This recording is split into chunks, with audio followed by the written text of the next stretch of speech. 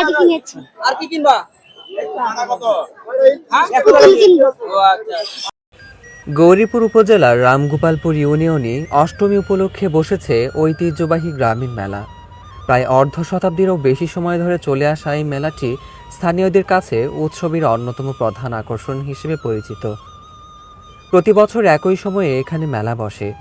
মেলায় ঘুরে দেখা যায় মাটির তৈরি বিভিন্ন জিনিসপত্র, শিশুদের জন্য নানা ধরনের খেলনা, জনপ্রিয় বিন্নি, কই সহ হরেক রকমের মিষ্টান্নের সমাহার। দূর দূরান্ত থেকে আসা বিক্রেতারা তাদের পসরা সাজিয়ে বসেছেন, আর ক্রেতাদের ভিড়ও চোখে পড়ার মতো। স্থানীয়রা জানান, প্রতি বছর অষ্টমী এলেই এই মেলাকে ঘিরে সৃষ্টি হয় উৎসবমুখর পরিবেশ। পরিবার পরিজন নিয়ে মেলায় ঘুরতে আসেন অনেকেই।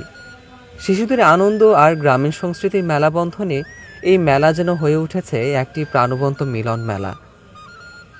আয়োজকদের মতে এই ঐতিহ্য ধরে রাখতে প্রতি বছরই আয়োজন করা হয় মেলাটির। ভবিষ্যতেও এই ধারা অব্যাহত থাকবে বলে তারা আশাবাদ ব্যক্ত করেন। অষ্টমী উপলক্ষে এই এলাকায় 3টি মেলা বসে। প্রতি বছর একটি মেলা হয় এই পাওয়ার যোগেন্দ্র কিশোর হাই স্কুলের মাঠে। আসসালামু আলাইকুম, ভালো আছেন না? আপনি তো মনে হয় এই এলাকার স্থানীয়। তো স্থানীয় হিসেবে আপনাদের এলাকায় এই অষ্টমী আপনাদের অনুভূতি কেমন? আসলে এই মেলাটা হচ্ছে আপনার জমিদার আমলের পর থেকে আহ, এই মেলাটা অব্যাহত আছে এখন পর্যন্ত।